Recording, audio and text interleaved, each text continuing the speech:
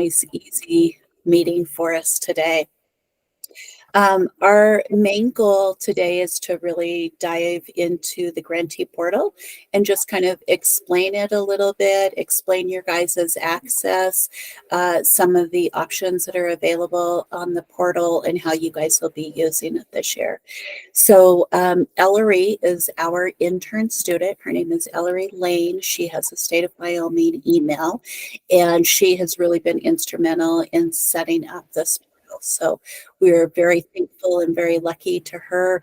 She is also going to be kind of your main contact person as of right now to get any access. That if you seem to be having any troubles or running into problems getting access to anything, she is your main contact.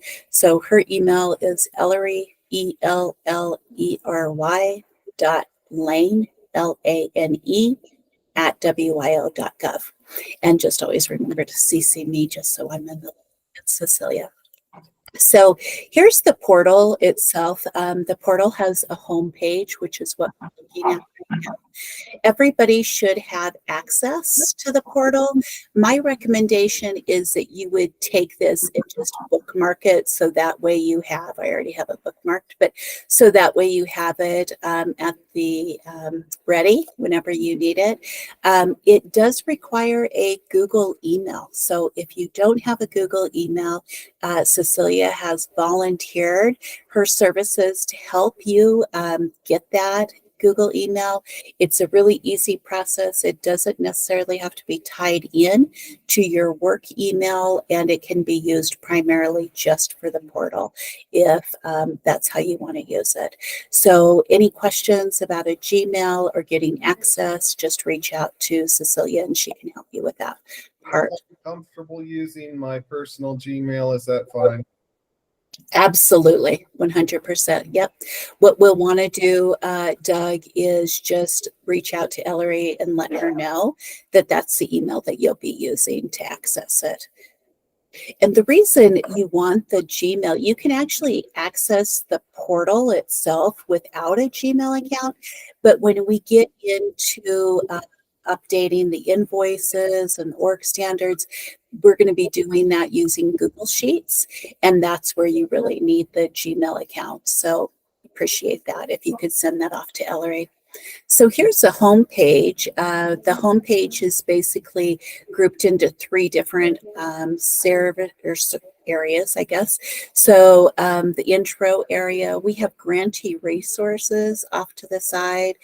Grantee resources include the CSBG policies. So these are the policies that are located on our CSP website.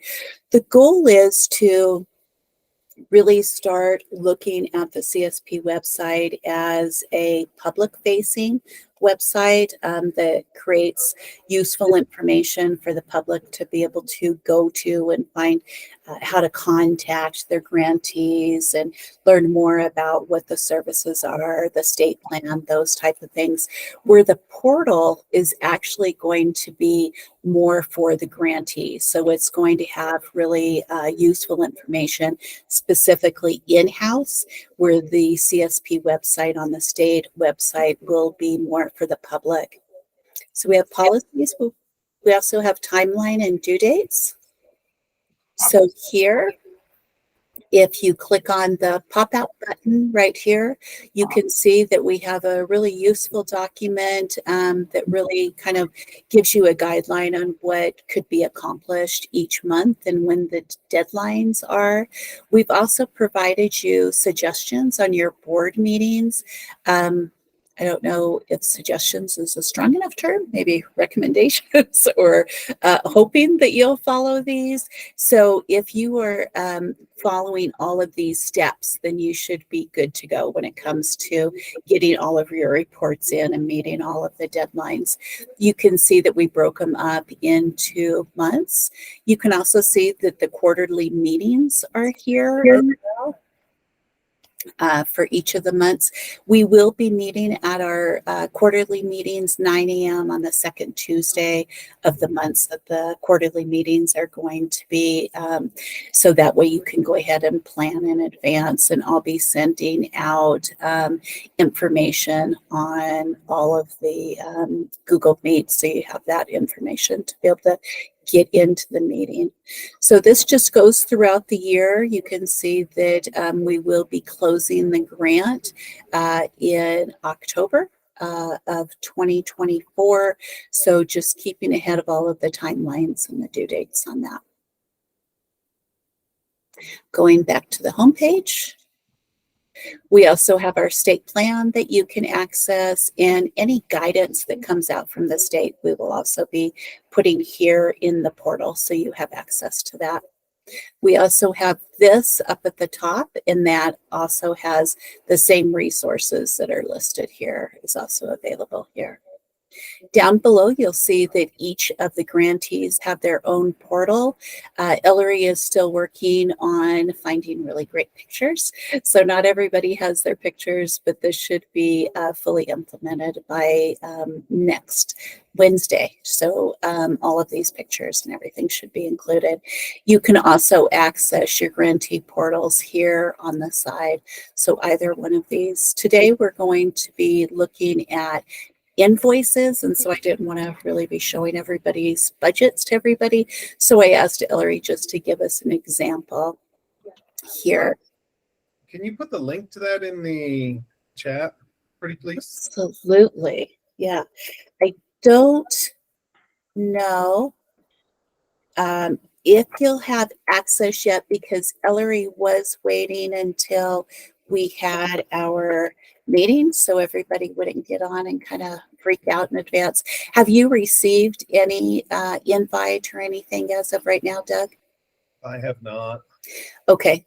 If you would send me your Gmail account, I will get you access as soon as we finish up with the meeting today. Okay. No worries. I was just bookmarking. Yeah, absolutely.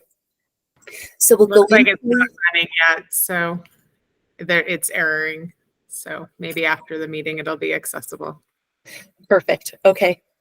Cecilia, would you be able to troubleshoot that a little bit while we do our meeting today, just to see if we can have them any new information available? Sure, I'll take a look. Thanks. So here's what each entity's portal is going to look like. Again, this is the example that we're just using today, but you'll see that there is a spot for invoicing, a spot for org standards, quarterly reports, on-site monitoring. We're also looking at instituting kind of a client survey location. And then up here is your application and your contract that you will have for fiscal year 24. So all of your application documents have already been moved into your application section. And as soon as we get contracts executed, we'll also upload the PDF fully signed version there, so you can access it at any time. We are still working on a couple of these, so they are under construction. The under construction includes quarterly reports, on-site monitoring, and client surveys. So we'll be talking more about those during our quarterly meetings. Today, we're going to focus on invoicing, and I'm also going to show you a little bit about organizational standards, so you can get in, start playing with that a little bit. CSNOW will be hosting an organizational standard training and Q&A session on October 10th. So you might want to look at your schedules and make sure that you have that down to attend, and we'll dive more into organizational standards. So let's take a look at the invoicing.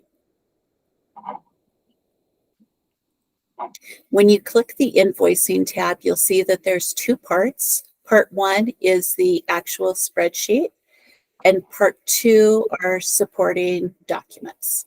So on part one, you have some instructions over here on how to complete. You also have the ability to either click the tab that will take you to your spreadsheet or click the pop-out button.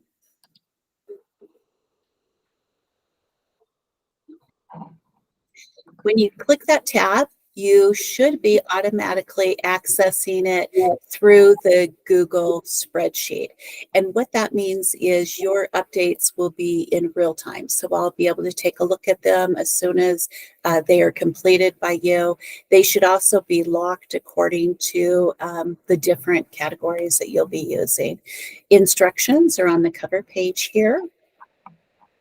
And then each of the months are listed down here. So we'll take a look at October 2023. And what we've done is we have made sure all of the areas for our entities to complete will be in yellow. So anytime that you're looking at a spreadsheet that requires some attention from you guys, just be looking at the yellow areas, and that technically means that's your area to complete. So we will ask you to fill out kind of your information based on who your fiscal contact person is. This is a good time to also remember who needs to have access from your agency. So it may only be you from your agency, or maybe you have someone else who's actually doing the invoicing. Maybe you have a fiscal person. In that case, you would probably want them to have access to this folder. So again, email Ellery, CCing Cecilia and I, asking her and letting her know, you know, this is the agency, this is the person, and this is the folder that they would have access to. If you want them to have access to all folders, you can say that. Or if it's just for the invoicing area, then you can say that as well. So here we have an approved budget, just a sample here, and the yellow areas that you'll be filling out for your expenses. Everybody should already have their initial allocation marked down in here.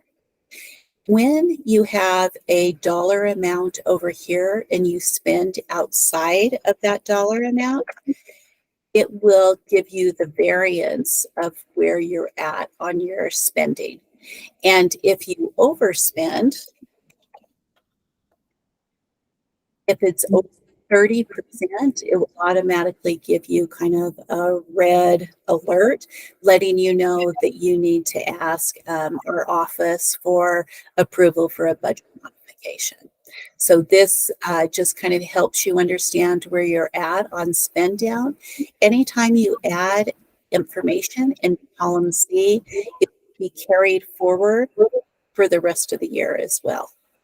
And as you continue to add dollar figures, it will continue to add those dollar figures. So that way you'll have a good understanding of where you're at on your budget. You also have your total budget here, the total amount that you have spent for that month, year-to-date expenses, and where you're at with your budget spend down. For the months of October and November, it will be calculating out your initial allocation. So for example, we'll say that the initial allocation was $5,000. You've spent $2,000, then that means that the balance of your initial payment is $3,000. If you overspend your initial allocation, it will show in parentheses, and that's the amount that you're actually invoicing for the month of October. And this is just an easy way to calculate your initial spend down amount and how much is due at the time of the invoice.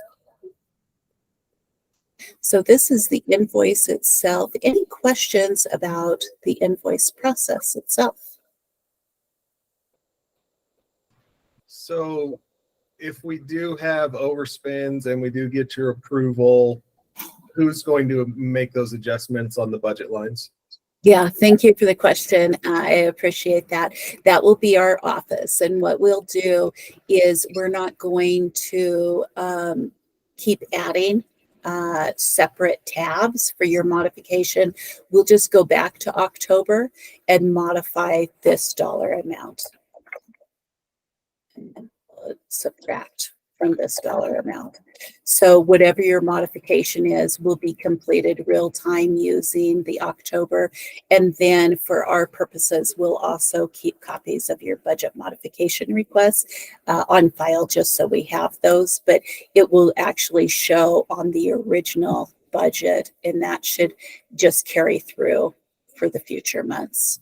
So if you ask for a budget modification in March, we'll actually make that change on the October. And that way in March, you'll have an understanding of, okay, so based on the current process, we have 44% spent down. Does that make sense? Yep, absolutely. Okay. Are these downloadable for us to track internally, to do double tracking, so to speak? Absolutely. Yes. If you'd like to, you're welcome to download. And so you can just download right here, download into Excel and save it that way. You can also save it as a PDF. So that way you can have it for your records. If you choose to print, all of the sheets should already be adjusted so they fit onto one page. So that way you can just print and it already has your margins and everything set up. So however you want to use those internally, by all means, please do so. It doesn't show right here because I have full access for editing, but when you guys are looking, these areas will actually be locked. Anything that's not in yellow will be locked, just to make sure that, we don't lose background information or anything. When this is completed, I will go into this at the 10th of every month, and I will complete any of the invoices and complete vouchers on my end and get those sent to our fiscal department by the 15th of the month. Any voucher or any invoices that are completed after the 10th will be processed the last day of the month. So any other questions? Yeah. Let you know when are you just, as long as it's in by 5 on the 10th, there's no sending this to you. You already have access to it. So there's no, as long as it's done by 5 on the 10th. Yep. Okay. Yep, absolutely. And I know that we've had some struggles with payments. I think that we've made some good progress from when I first started last year. And I think that is just going to continue to really increase. Number one, with this system. But number two, we're down some entities, so that saves the state some time.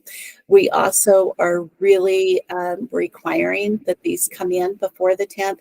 That's going to save the state time. Instead of doing them multiple times during the month, we're saying we will do them twice a month.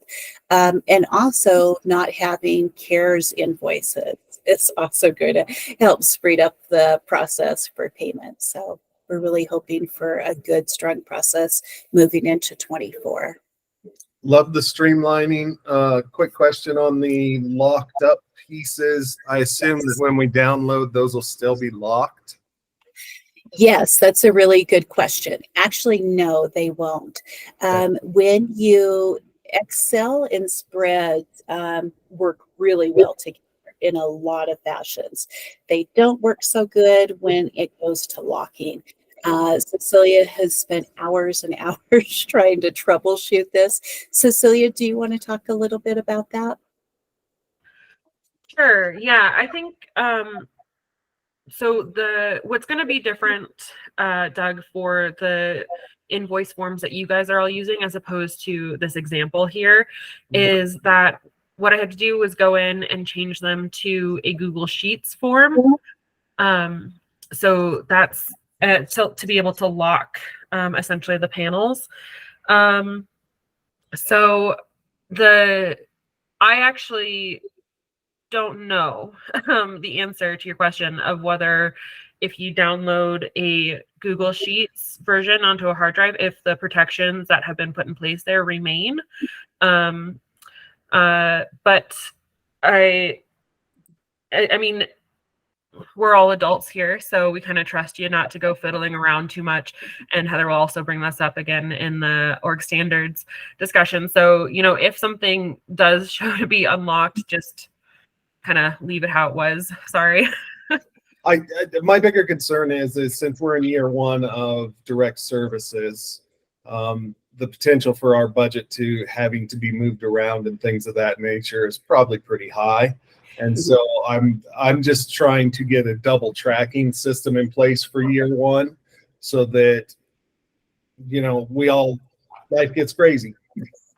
And so I just want to be able to be on the same page and make sure that I can double track against your guys' numbers. And if we're off, then we can have that discussion of where that is and what that was. Yeah, that's a great point. So I think, if you or any of the other grantees experience, whatever comes through a year of doing service delivery, everybody's going to experience something where you need to change and pivot how you're distributing funds. And that's totally understandable and totally expected. So I think what we're just going to ask to see from you, from everybody, is that you reach out to Heather and I with sort of a request, and we can go in here and change your budget numbers for you. But yeah, if you want to have, but I believe it would be totally reasonable for you to download and kind of play with a version of this for yourself to see how it's going to work out for yourself, and then just let us know and we can change the actual original. Yeah, my head gets busy and shaky from time to time, so I just want to make sure that I have something on my desktop that I'm looking at that I'm like, oh yeah, we're both in line and we're both on the same page. That's all. Yeah, and I think, Doug, as you become more familiar with Google, you'll see that there's some real advantages with that. In fact, it may behoove you not to save in Excel, just because when you do, you just have the latest update with Excel. But if you're comfortable with using Google Sheets, you can log on at any time and see the most updated version, like right there. There are some benefits to have it saved on your desk drive or, on your desktop, so that way you have it. But I'm interested to see how this process works, and I'm hoping that the real-time updates will be really beneficial for all of us too. Yeah, I really like this format. I thank you guys for doing that. Absolutely. Thank you guys for all the recommendations and suggestions. It helps us get better, which helps you guys become more efficient and be able to work on the things you guys need to work on instead of wasting a bunch of time. So that is the first part of invoicing. The second part of invoicing is uploading your supporting documents. And so you can see with uploading supporting documents, it gives you some information on how to do that. It also shows you what documents are required, not recorded, required. So for each month, you will need to upload a detailed financial statement. And if you're a county, and if you have a county voucher, then you would upload that. One thing you'll see that is not included are receipts and individual bills and individual payments. We are not requesting all of that from you guys. Some agencies have been supplying it, some agencies have not. There's been kind of differences with the state's, I guess, recommendation on what to supply. So we're just making it really clear across the board. We do not need those. We will be looking at those when we come for our on-site reviews, and we are able to request them at any time if necessary. But as far as your monthly uploads, we're just requesting your detailed financial statement from whatever accounting software you're using, whether it's QuickBooks or something else, and then the voucher if you use a voucher for the county. Here you'll see the drop-down box. And in the drop-down box, you will have access to folders for each of the months that you are invoicing for. So if you're invoicing for the month of October, you would just open that up and you would upload your document right here. There's two easy ways to upload your document. You can right-click, and when you right-click, it says File Upload. You would check that, and then you would just upload whatever item that you're looking for. and then that item, it would automatically just be uploaded. Okay, so that's one way to do it. The other way to do it is to just drag and I don't know why my wording, drag and drop. So if you're comfortable with dragging and dropping, you can do that as well. We won't go too much into that. Some people may be familiar with that process, others may not. But basically, if you have your File Explorer open and you have your financial statement folder open, you would just drag it and drop it right into that. There's no need to, worry about how to label this or name it because we have it just right there in the folders. You can see this is kind of our view, so we can look at all of those folders at any time and just verify that that information is there. But from your view on the portal, you'll just see the 1 month and the document that's been uploaded. Any questions about the uploading process for the supporting documentation? More about what the supporting, what the state considers detailed. Yeah, thank you for that. I appreciate that question. So what we're looking for on a detailed financial statement is that it matches up with your invoice. So we are looking for line items that include agency capacity building, employment, education and cognitive development. This may take some maneuvering on your side. What we have seen some agencies do is they are subheaders under, grants and need or something like that. And then these are subheaders. You'll need to talk with your department and see how that works, or you'll need to adjust your QuickBooks. The reason we have it set up like this is because we're really working on our consistency. And what we wanted to do is we wanted to have the application, right? This part of the application be reflective of the annual report, that you will see that this is in your statement of work on your contract. So it matches up with your budget on your application. And then it also matches up with your monthly invoice, which should also match up with your detailed financial statement. So that way everything's pretty much in line. We're all using the same wording instead of having a column that's like office equipment and all of that. That can be tracked under other, or it can be tracked in another way that you find useful. The detailed financial statement should just be on CSBG funds. We're not looking for any other, if you guys have any other funding sources coming in, we're just wanting a breakdown of CSBG funds. When will I have access to the sheet that you're playing with so I can outline those categories in my QuickBooks so that I can streamline this? We should be able to get you that today, Doug. We will, Cecilia and I have availability to be able to share this document with you. So if you have emailed myself and Cecilia and Ellery your Google email, then we'll be able to get that set up. All we have to do is go over and hit share, and we can get that shared. Yeah, I can also just share a copy of this, of your budget breakdown as we have it for you, Doug, right away. And then Heather, Carrie had her hand up. Yes, thank you for that. Just going back to the subheaders, I mean, most of us probably have QuickBooks to generally like looking like this subheaders. I think the one space that's going to be tricky for all of us, because I'm assuming most of us look at CSBG or any other restricted funds as a class in QuickBooks, is when it comes down to payroll.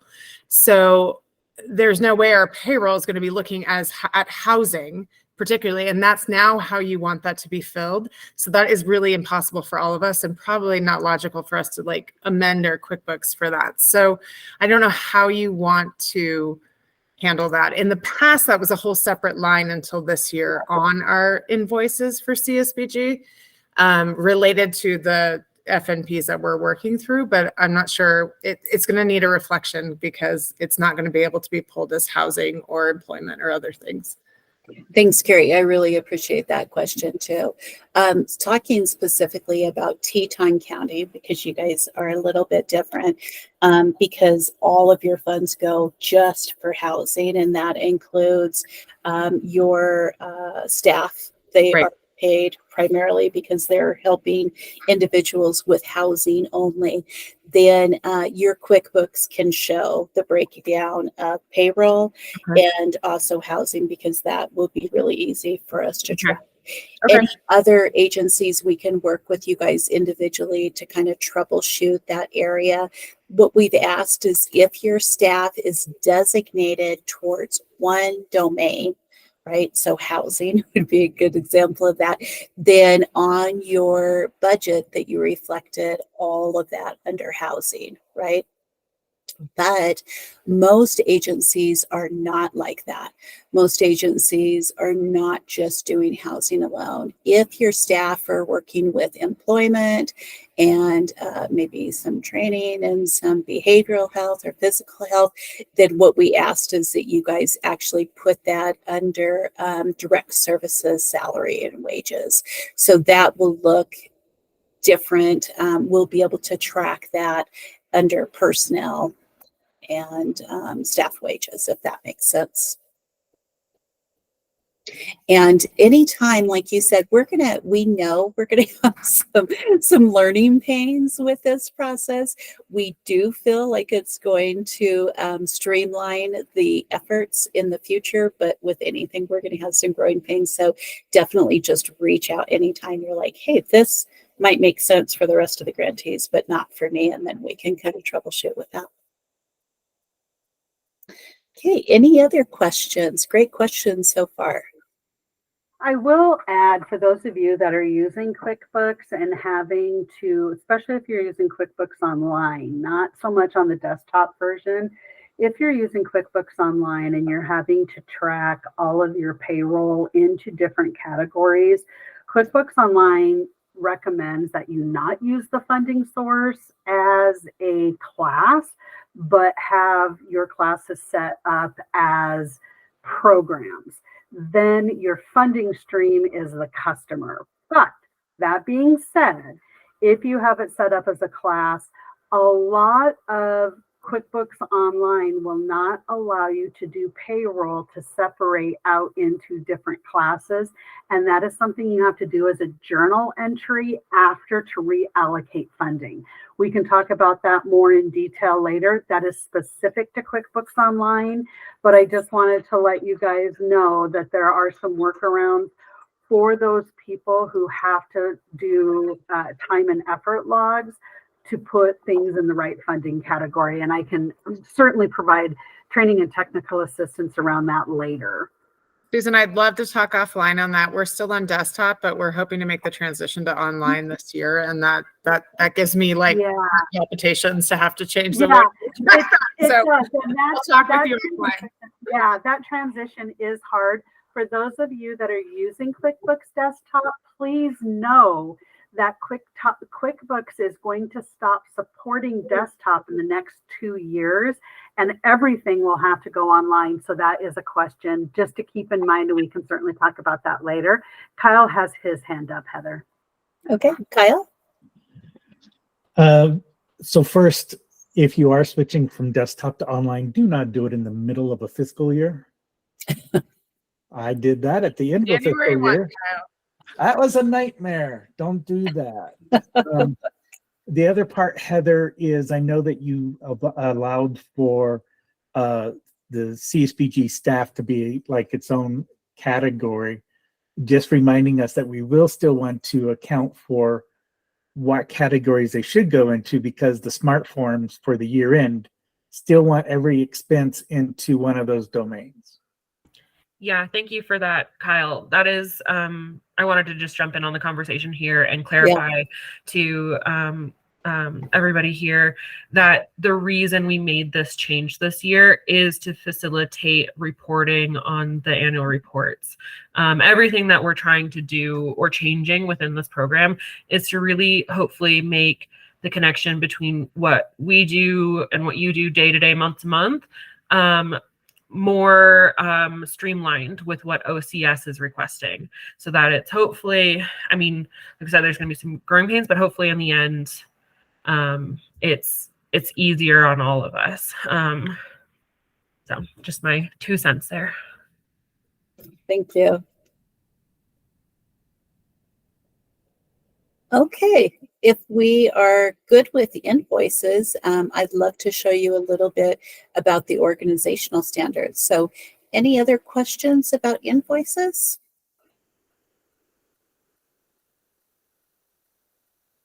Okay, we're going to go to Albany County's portal. There are obviously, as you guys know, 2 different types of organizational standards. One is for public and one is for private. So today we'll just kind of be looking at the public, but I can also show you the private if we have a little extra time. So this link is not 100% complete right now, but it will be complete by next Wednesday.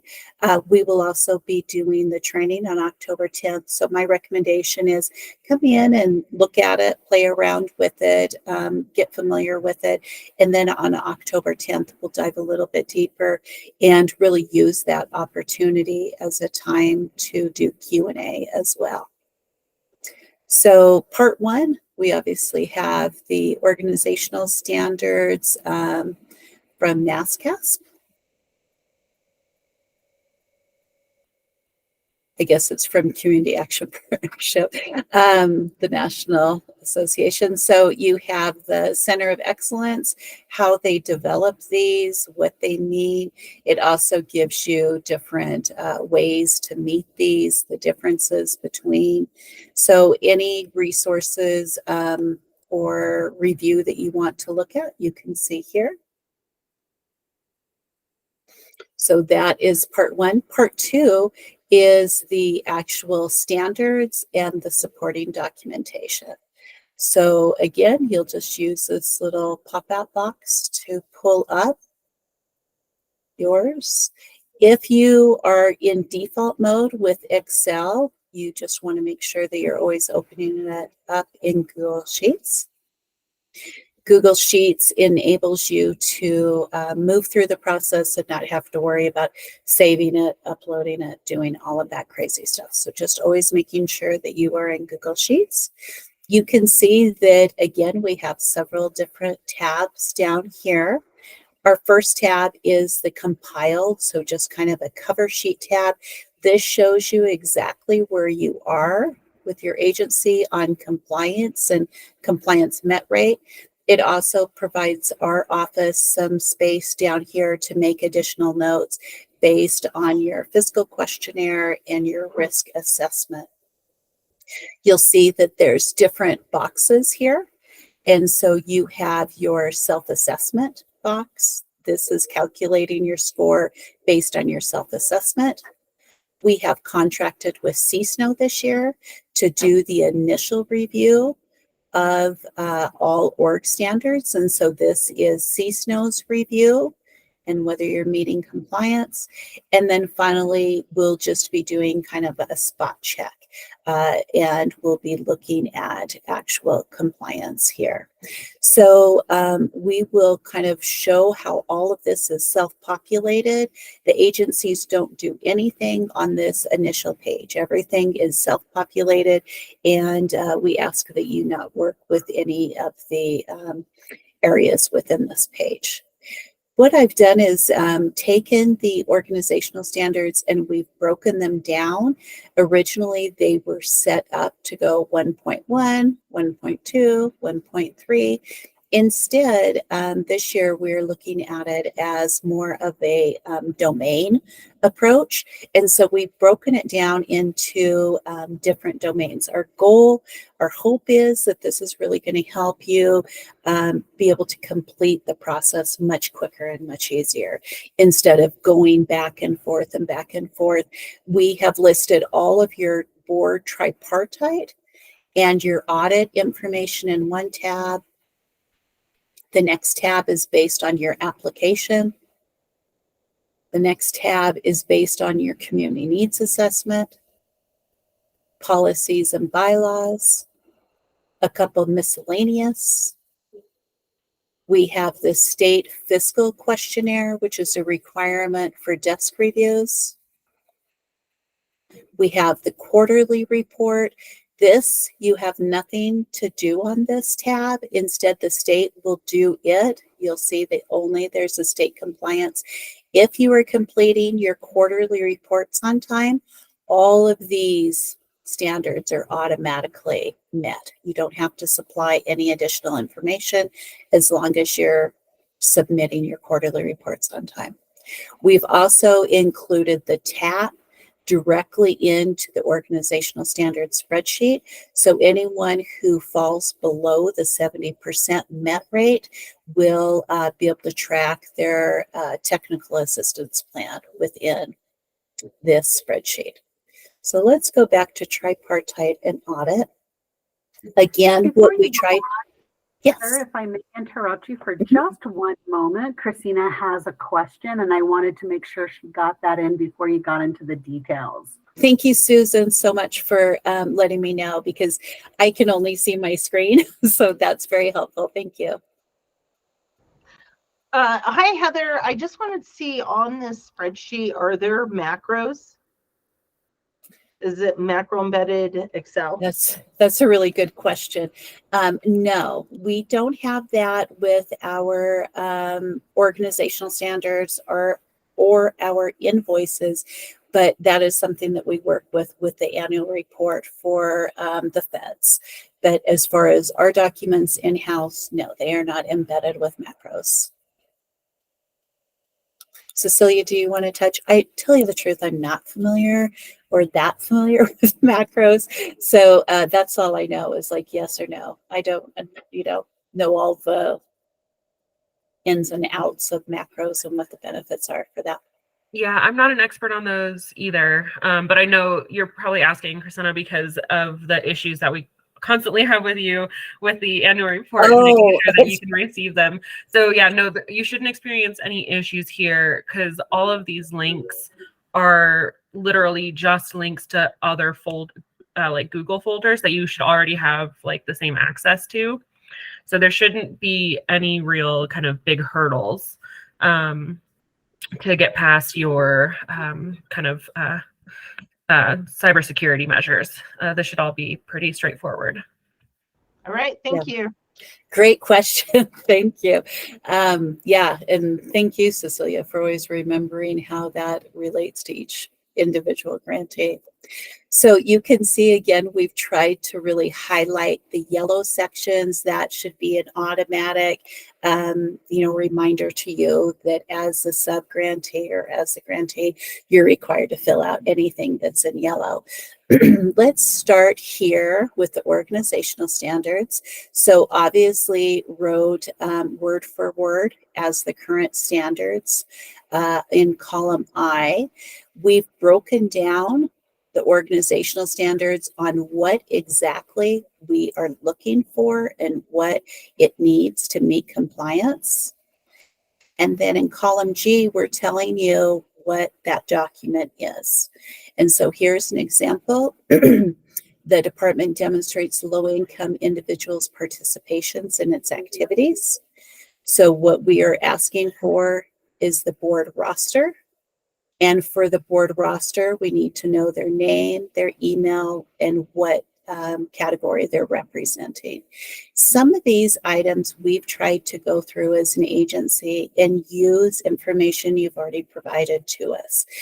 We've tried to do that on a few domains, but quite honestly, it was just too much for us to do on all of the domains. But every once in a while, you'll see the folder. And when you go into the folder, you'll see what we've already updated. So 1.1 is a good example. You guys provided us your board roster with your application. If you come over to column F, you'll see that it's highlighted because it's your need to go into each of these folders and upload.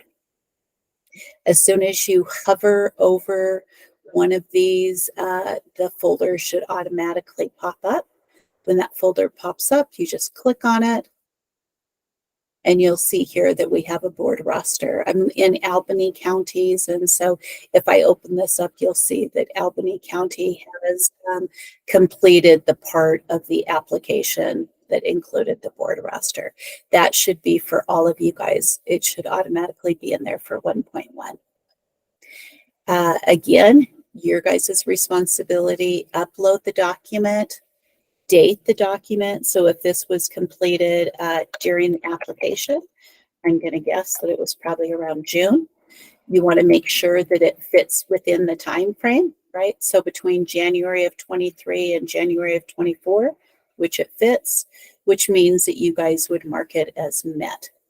When you fill out columns C and E, they will turn to white, which means that if you have a yellow highlight here, you have not addressed the item yet, okay? Once you guys complete your section of C and E and F, then CSNOW will come through and do their review. All of our grantees are required to complete the organizational standards by December 31st this year. In the month of January, CSNOW will do their initial review. They will go through and say whether it meets the criteria or if it's unmet. And then if they have anything that's unmet, so say that this document falls outside of the time frame, they're going to notify you in January that you have 4 weeks to reload or upload new supporting documentation to be able to reach 70% or above. That gives you the month of February to complete that. In March is the compliance review with the state. Once the compliance review with the state is completed, if we still see an unmet and that your overall rate falls below the 70% rate, then a TAP will be initiated. And so then we'll start with the TAP. So you guys have December 31st as your hard date to get everything uploaded. CSNOW does review in January. In February, you have 4 weeks to remedy any issues to get successful completion of 70% or above. And then the state will come in and do the final compliance review and determine if a TAP needs to be met or not. So let's go through a couple samples here. Doug has a question I'll ask, and then also Carrie. Great, thank you. Thank you. Yeah, Doug. Ooh, thank you. That was a lot of talking at once. I didn't understand a word, but thank you all. As we're looking at the folders and stuff, I just had a quick question pop up. So we have 4.1, 5.4, 5.8, and 7.7 together. Is that one folder or are those separate folders? Because it looks like they're separate folders. Yeah, great question. I appreciate that. So what we try to do is we try to go in and lump standards together. And so here's a really good example of why this is all on one page instead of following the normal format of going 4 and then 5 and then 7. Instead, these have all been lumped under tripartite and audit because these are all of your tripartite training. And so we have taken all of these standards, we've broken them down and said to meet these standards, you need to hold a training and give your board members copies of and also review your mission statement, your bylaws, your roles and responsibilities, and your whistleblower policy. That should be in your board meeting minutes. If you do this all in one meeting, which would be our recommendation, right? Maybe your beginning of the year meeting, say that you conduct this in November of every year, then you would just go, this is one folder, and all you would have to do is put in your November meeting minutes. Cool. But those November meeting minutes have to state this, has to state cover the the full limit of it. Yep. So you have to The say two portions, you would have to do both those. correct. So you would have to say this was your annual board training. And then you also have to say the board received copies and they reviewed and then each of these separately. If you say board training and then list these, then you're not meeting standards because they're also supposed to get copies of, right? So you want to make sure that you're really looking at this and making sure in your board meeting minutes, have you stated it correctly? And if you have, perfect. All you need is that one document. And for those of you that don't do it all in one and you're having to upload 4 minutes, please note it's board minutes, mission statement, board minutes, member roles and responsibilities. So when I go in there to look at the folder, I know what I'm looking for in those minutes to make sure that it meets the standards. Please note, and we're going to talk about this in more of the training later on in October, but many of our standards have multiple components, like Heather just said, where it's like you have to collect the data, you have to analyze the data, and you have to report out on the data. So those are why it's so important for you to be able to identify what minutes you're putting up there, so all 3 of those check marks can be met in those minutes. A follow-up question on that. Yeah. What is our time frame for, I mean, technically, since we're going into a new fiscal year, it should be October 1 through September 31 for these two. What's our time frame for these documents? I've already done a board training. It makes silly sense for me to do another one next month, other than I have to because I have a new board member coming on. So kudos. Yeah, that's a good question. Documents that meet this. Yeah, so if you held your board training, the reason we have these dates, and I really went back and forth, it's like, do we count fiscal year? But then I thought, what if someone uploads something in December because they weren't going to meet this? Then do we say, yeah, that still counts, right? So if someone didn't do something last fiscal year, can they upload it in December and that still meets? So this took some time, but we're going to try to stick within these time frames. So if you did it, say in October of last year, yeah, we would recommend that you do it fresh for 2023 instead of going back, say 15 months. We're just going to try to stick within that 12-month time frame. Perfect. And then I also want to draw your attention to column D, particularly around the mission statement. You'll see that Heather has the date in there of 2019 to 2024. That's because the mission statement only has to be reviewed every 3 to 5 years, right? So 5 years. So you can see that if you have minutes that indicated prior to January or that you had minutes after January 1st of 2019, your mission statement minutes are then compliant because you're within that 5-year time frame that she has in there. So those time frames in column D are really important and have already allocated or been adjusted for those that are only met on the occasion, not the ones that are maintained all the time. And Kyle has his hand up. Sorry. I'm just gonna jump in really quick on that, Susan. I appreciate that. Yes, we definitely have the time frames in. My recommendation, my history as an executive director would be just to have set agendas where you hit all of these every year. So that way you're not like, oh my God, that happened 6 years ago, or what year was it that we did that?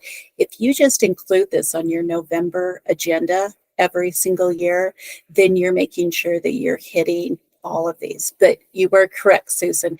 They don't have to be hit every year to meet the standard.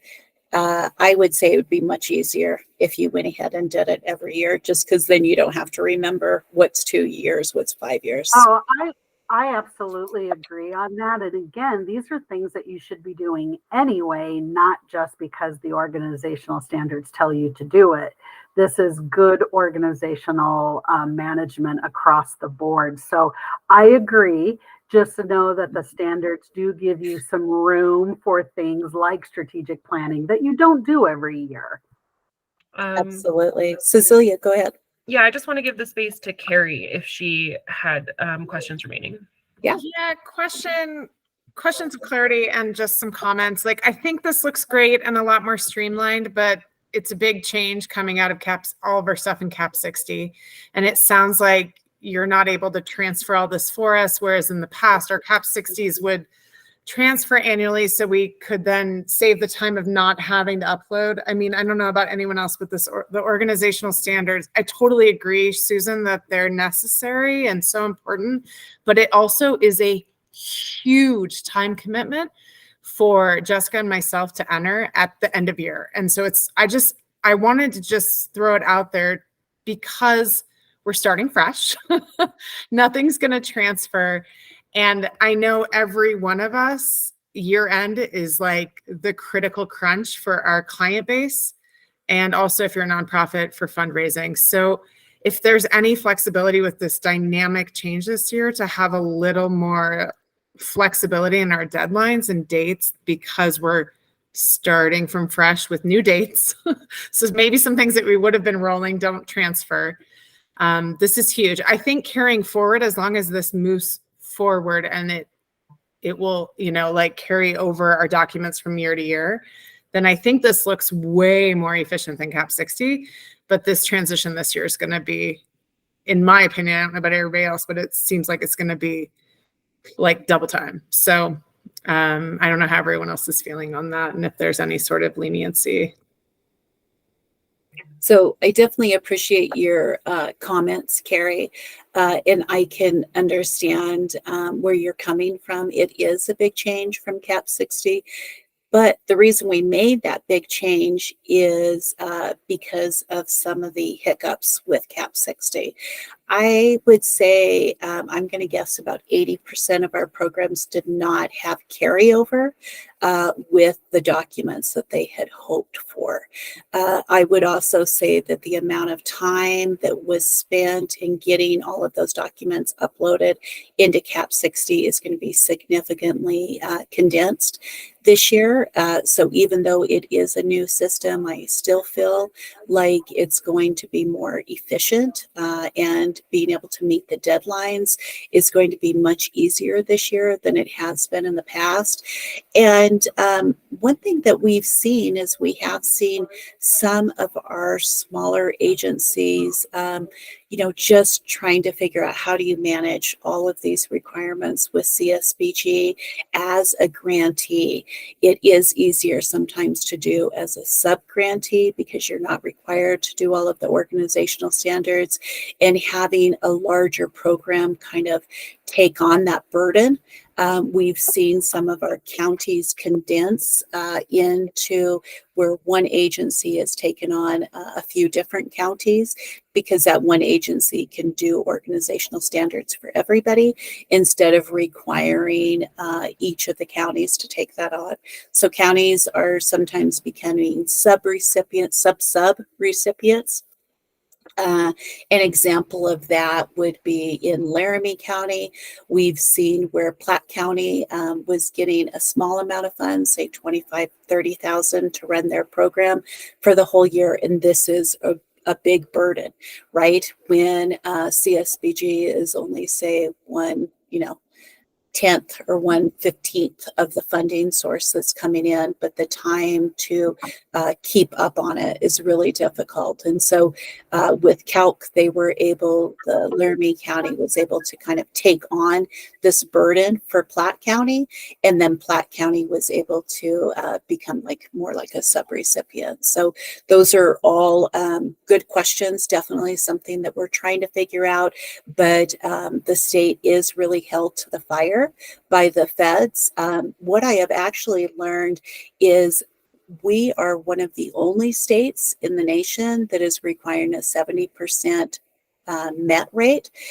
In fact, that is not a national standard. The national standard is 100% met rate. When Cecilia and I complete the annual report, it asks us how many agencies had 100% net rate.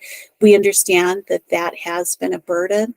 Our goal is to increase from 70% to an 80%, looking at that in the next 2 or 3 years.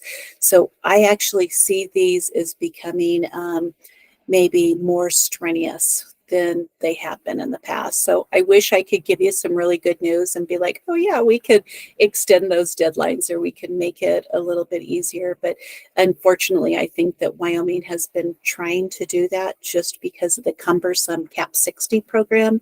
And now we're trying to say, how can we work internally to ease the burden, but still make sure that we are running, helping programs to be quality programs at the same time. Yeah. And I assume those deadlines are set by the feds. Like we couldn't transition as a state and say, let's do our org standards in the summer or at a different time of year, which might transition differently for different organizations. But I just think, I know that most of us are in like the highest client need possible in the last quarter of the year. And Carrie, this is Susan. I would love to have a conversation with you individually about how we can support you in this, and I will reach out after this meeting. Okay. And I'd love to talk further about like the idea of getting a bunch of counties together and doing this differently for the smaller counties, but which offline, but yeah. That sounds great. Very good. And just to answer your question really quickly about the timeline, we are held to those. As you guys know, you don't fill out like your annual report until several months after the end of the fiscal year, right? Even though your data has to be all captured into Cap 60, that's what we're working with as well with the state. So we have to meet those annual reports, that all of that information is available for the annual report, even though it's not asked till several months later, but it has to be met by a certain deadline. So good questions. Okay. Just if you have another moment, Heather, Kyle has his hand up. Oh, great. Thank you. Kyle. This kind of leads into it. I'm wondering if we could make this sheet available in January once you switch over, saying, hey, these are available from January 24 to January 25, so that as we get our minutes and do the work, we can just pop it in and forget it. Gosh, that is a really, Kyle, that's a really great idea. suggestion. That would help with the year-end crunch. Yeah, and that's one of the things, since you have access to this at all times. This is your management system. So this is not something that's only available to the state. You have access to this all the time. And just to play on that a little bit, if you were to save this as an Excel document and you were to create your own folder for FY25, then it would make the process really simple when you get ready to move documentation over. So even if we just have the FY24 here, you could create your own folder for FY25, start saving everything in there, and then the burden of looking for it, trying to put your hands on it, remembering what folder it went into, you could just have kind of that org standard folder. Great. Something to really consider for interns as well, I right? think what Kyle's suggesting is you all having this available for 25 sooner, like cloning it and having the folder. So we're not even going back and saving it in our own drive, but rather having that accessible out of the gate. I agree. I do think that's what he's saying, but I'm saying until we have that capability, it would work the other way around as well. So here on line 16, you'll see that it's asking when your county's fiscal year ends. And here it shows that the annual audit is due within 9 months after your entity's fiscal year ends. So that's really what's going to matter for the due date here. Again, 2 different standards met just with inputting your annual audit. 2 standards met, making sure that your members either have been given a copy of the audit or they know where the link is on the website and that they're notified of any findings. So let's go ahead and look at how our met rates. Heather, real quick on the audit. Can we get confirmation that you will allow us to meet the standard if we meet the Department of Health's requirement for the fiscal documents? Not all agencies are required to have an audit. Yes, that is correct. But we do need a 990. We need a financial review. Whatever is stated in the Department of Health, you have to make sure that you're meeting those requirements. But that is correct. Okay, so here you can see as we start saying what's met and what's unmet, it gives you 3 different readings. Again, the reading is your initial assessment. The yellow is CSNOWs and the green is the states. If you come back here to the full page, you'll see where all of this is self-calculated. So let's see if we can kind of go through the other tabs really quickly. Like I said, we'll go more into depth. Back on this tab, I also wanted to show you, we're still in the process of trying to make this more efficient. So it's not like we're like, oh, thank God we never have to work about org standards again. You can see that we're still looking on ways that we can make this more effective and efficient. If you have any suggestions or recommendations, or if you need any comments, please just leave your initial here, like HR, and then my comment. You can leave, KB and Kyle's comments, so that way we can look at those comments. And if you have any suggestions or recommendations on improving the process. So here with the application, this is your community action plan and your mapping worksheet. Again, this has already been uploaded for you. So Carrie, I hope that you see where we have really tried to make as many shortcuts as possible for our grantees. We have worked so hard this summer in trying to transfer a lot of these documents. So we hope that that will be beneficial to you. But there still are some documents that, yes, you are going to have to upload. But a lot of these standards were never met before with the state, already having the document. We're trying to cross-reference. If it's a standard, what can the state use for your community action plan or for your mapping worksheet to meet these standards? So we're hoping that that's really going to help. Your risk assessment. Which is why that looked so different this year. And we spent a lot of time on the community action plan so that it would fit with organizational standards better.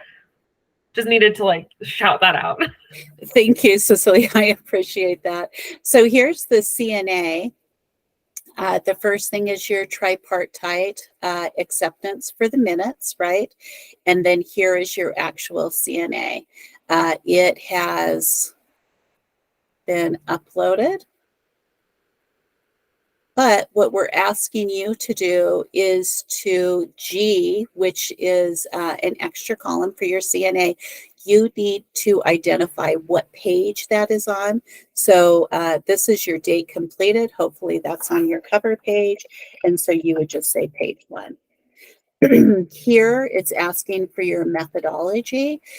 You need to show that focus groups and surveys were used for low-income individuals, focus groups and surveys from community partnerships, and that it used focus groups, interviews, and numerical data. So if your methodology has information from all 3 of those, you would just put page 3, paragraph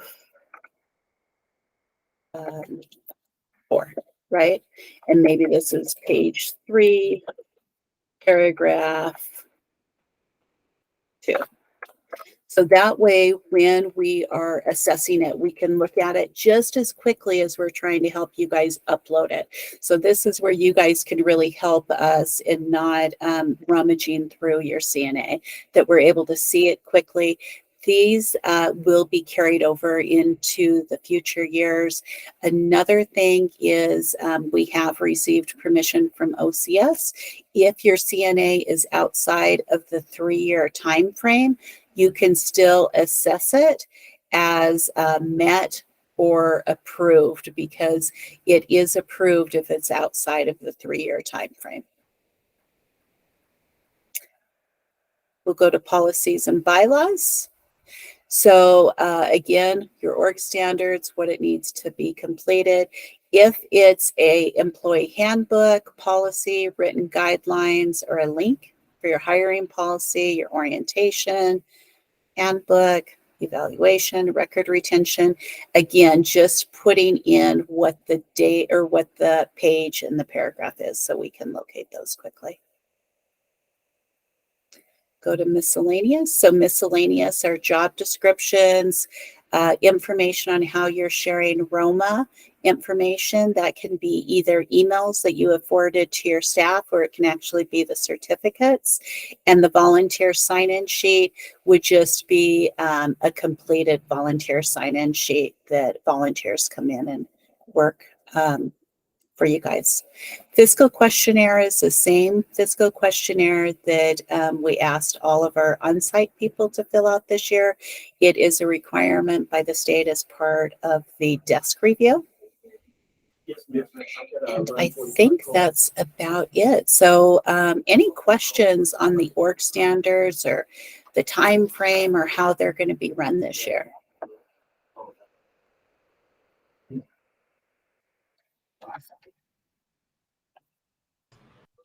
If we Okay, don't Heather, have, I did want, oh, go ahead, Doug.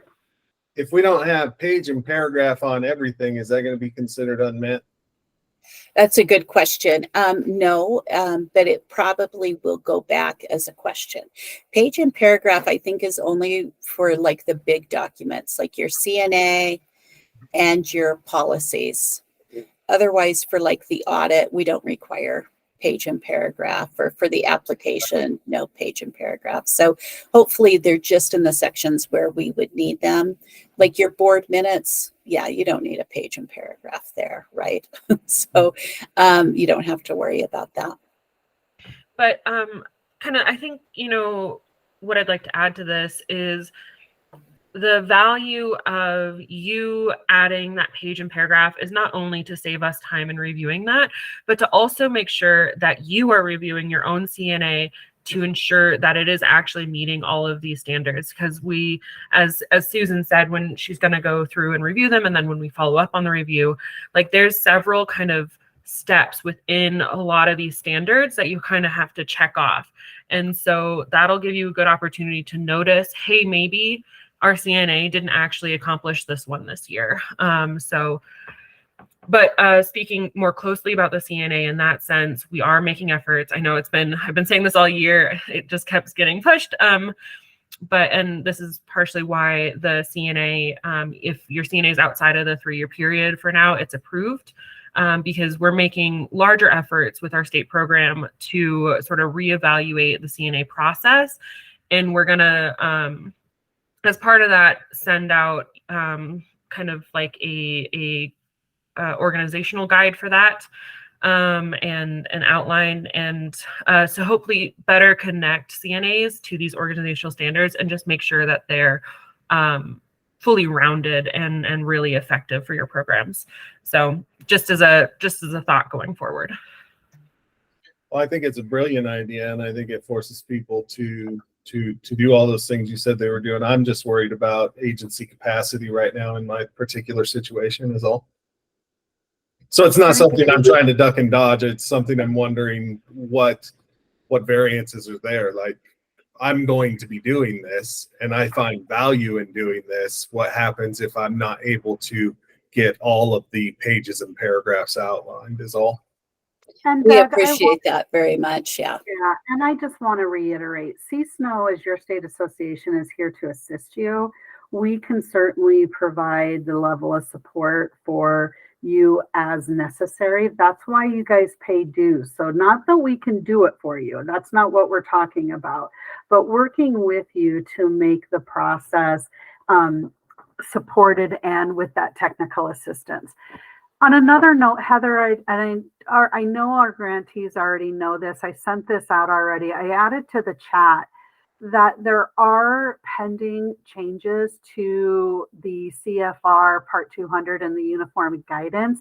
Heather, this is something that you're going to want to let the Department of Health fiscal know, because all of those guidelines for audit requirements are being proposed to be changed, which means that we're going from a $750,000 federal amount to $1 million, which is going to make even fewer of our agencies, should those be added, even fewer of our agencies being able to meet those standards. We know that, as Kyle said, that it's up to the state for what you choose to add in there, but we're hoping that the Department of Health will also make their adjustments as necessary to match up to those, so we're not trying to lead into different standards for the same grant. So just wanted to bring that up. There's a link in there. We're 60 days out on public comment on that one, and I imagine for this year we are not going to see any changes in the uniform guidance for those of you that receive any federal grants. Probably we'll start seeing changes and new recommendations coming out for fiscal year 25. I just wanted to make sure it was on everybody's radar so you're prepared for that, and that your audits, because this will impact your audits in the future. So just wanted to let you guys bring that up so you guys are aware of that. And Susan, I'm just going to tag on to that really quickly. The state of Wyoming is, going to definitely probably follow whatever's in the uniform guidelines. But as an association, it's also great for the association to have OCS consider that in the work standards. So, looking at 8.1, 8.2, 3, and 4, that it is stated as an annual audit. So that can also be changed based on the thresholds of the CFR 200. So good advocacy on part of the association to have OCS really consider, especially for some of the rural states like Wyoming and our smaller programs. So I did ask that question of OCS, and their response was it is up to the state office to determine what documents they will accept to meet that standard. While they use the word audit, they said the state holds the discretion, like you answered with Kyle. Like, yes, the state will accept X, Y, and Z as these because we know 90% of our eligible entities don't meet the threshold for an annual audit. So I appreciate your ability to look at those. OCS isn't going to, they told me they're not going to change the language around it because it affects so few of their agencies, but really allowing the state to really maintain how they will consider that as met. So I really appreciate your office's flexibility in working with those small counties that we just are never going to meet those. Even larger counties now, if it moves up to $1 million in federal funds, there's many of us that are never, ever going to meet those. So I appreciate that flexibility. Thank you. Okay, I know that we've all kind of kept you a little bit longer than we were hoping to. I think we dived a little bit more into the org standards than just giving you kind of a quick overview. But our goal today was really about the invoices. So you guys feel really comfortable about those. You can also start updating your org standards immediately. If you are running into questions or problems, you could maybe, highlight those during our October 10th meeting. But anytime, reach out to us if you have any questions. As far as the quarterly report, on-site monitoring, and client surveys, those are all to be determined.